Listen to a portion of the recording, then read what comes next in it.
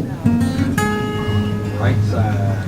You never know what side you're gonna come in. All depends. Now as we get up here, Captain will give another toot on horn here.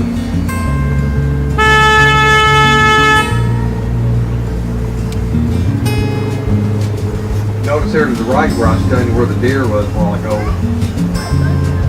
You see that greenery underneath that cypress tree there, that's your wax myrtle. That's a native plant to this area. A lot of people use it for landscaping in this area. It's pretty, holds up to the cold, heat pretty good. But years ago, the Indians, when they run up down the river here, they would take that wax myrtle and they boil it in big kettles. And wax would come up to the top of the water. They take that wax and waterproof their clothing, their teepees. There's a roaming leaf. So they would take and make tea out of it. Of course, the Indians being the way they were, they utilized everything they borrowed from Mother Earth. They would smoke the leaves. Right in front of the boat, you'll see that cypress tree there on that island. Everybody see that? Okay, if you come down that cypress tree about 6 foot from the top and go to your left, you're going to see a great big wad of tree nest over there. Everybody see it? Looks like a beaver dam to me.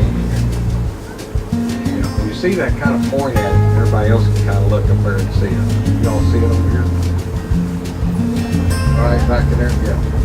See that big nest up there? That's an American bald eagle's nest. Now that nest is probably about 3 foot deep, probably 4 foot diameter. It's a second year nest. They keep, every year they'll keep coming back and adding on to the nest.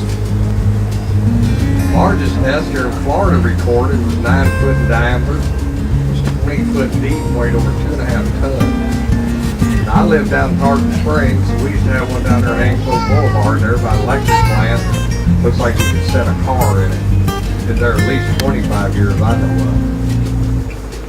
Right here to the left, you see that moss hanging in the trees. That's your Spanish moss. It's an air plant. It's like an orchid or a pineapple. Gets its nutrients from the air. It does not harm the tree any. Other than it keeps growing and it gets a little heavy and it'll break off a little limb from time to time. Other than that, it does not grow any nutrients from the tree itself. Henry Ford thought it was pretty useful. Back in 1927, he used it for packing in his automobile seats. Because it was cheaper than cotton in here. Coast Guard used it from 1930 to 1933 in their life vest. Now, when I heard that, I got to think about that. How much Spanish moss does anybody think it would take to hold a 200-pound man? It's something to think about. I got to find that out. It's killing me. I guess they compressed it somehow. I don't know how they did it. Maybe they were bricks of it or something. I'd just like to know. I want to make a life vest out of it. Man, he never uses for the Spanish moss. You can go to a decorative store, like a craft store, buy it, paint it, cleaned up, debugged. Or you can go get some out of the tree, put it in a plastic bag, nuke it for 20 seconds, kill it and debug it yourself, paint it any color you want. It's free. Right here to the right of the boat, we're going to have another 2 horn here too. Y'all know the wood ducks that y'all didn't point out to me a while ago? You notice this bird box right here, hanging on that tree there about boat top high. Notice that oblong hole cut in there? That's what wood ducks prefer, that type of nesting box. Now there's a thing, you can go to wood ducks on YouTube. You can watch them, ducks flying in and out of that box. Now I'm talking, they fly into that box, a full-grown mother duck at 25 miles an hour. When I first heard that, I was like, what in the world is they do 25 miles an hour to get that over? In my mind, it was simple to do. I thought they just bounced off there like ping pong balls. When I kind of picture. But what she does, she rears back, and she's got a big breast, and she'll hit the back of that bird box ball right down in that nest. 24 hours after the eggs are hatched, she'll get out there and start calling, one right after another, pop out on the river about the size of a $50, just little fuzz balls. And as you can see, we have 3 left out of about 18 to 24. Right here to the left, that little bird box there is not a bird box at all. That's really a squirrel condo. Waterfront squirrel condo. This winter, it went up to foreclosure. She got it on short sale. Moved in there, had a couple little babies. They run around there, stick her little head out. She was the cutest thing you ever seen. She really was. Kind of like the one we got up there at the dock. We called Jimmy. And she was a cute little thing. We hope she comes back this winter. The alligators, you probably wonder where all the gators are at. You're in Florida, this is fresh water. There's plenty of alligators in Weeki Wachee River up there. See you. Mainly at the west end. You're going to go down here and find your 10, 11 footers down in there. There's a lot more for them to eat down there. Now there's those little wood ducks over to the left again too. But we're looking for our little, looking for our 6-foot gator. See over there? Yeah, there he is. There's our alligator right there to the left. Yeah. By the ducks there as well. Now, look at those Florida ducks. They're teasing him. If they knew how fast that guy can run, you know they can run up to 40 miles an hour in short bursts. Those 6-footers are the fastest. They're the most aggressive.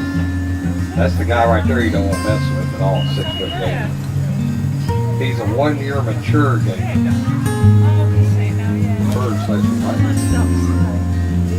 Now alligators. Does anybody know how long an alligator holds their breath underwater? We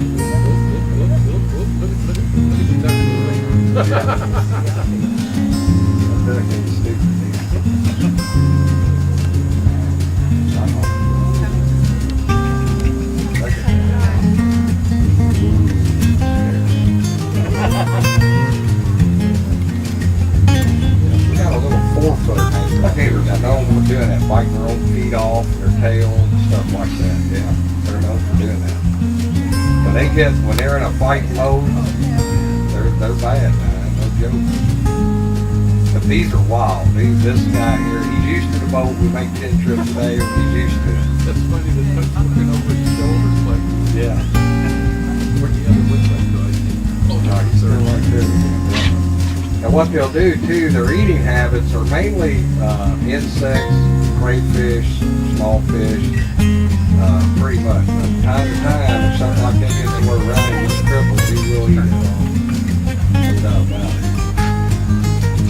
Now, I live down, like I said, in Tarpon Springs, or I live on Lake Tarpon. We got some great big alligators there. And I know of at least 4 alligator attacks that are on that lake.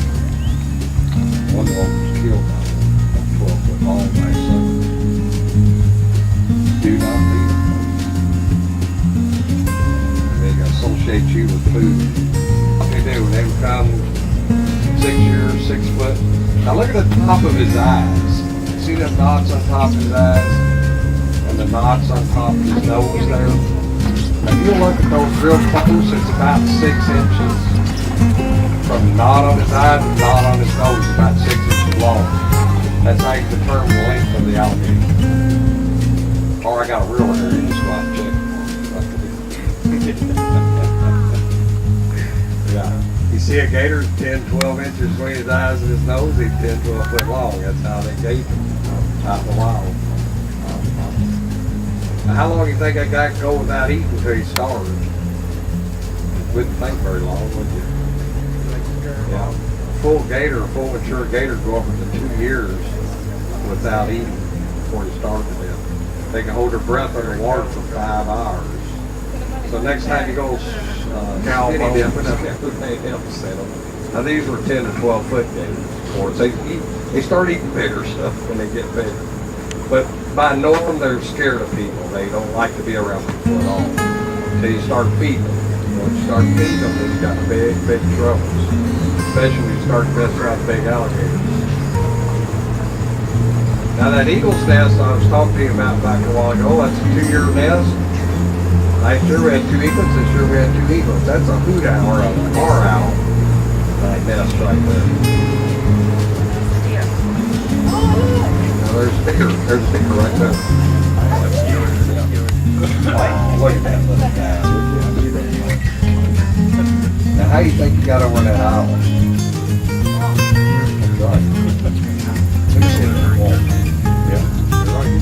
They do that. We see them a lot of times walking across there when we're ship. Yeah. Who's seen that anyway? Is it lady here? Yeah, that's a good sign. Yeah. Nothing up.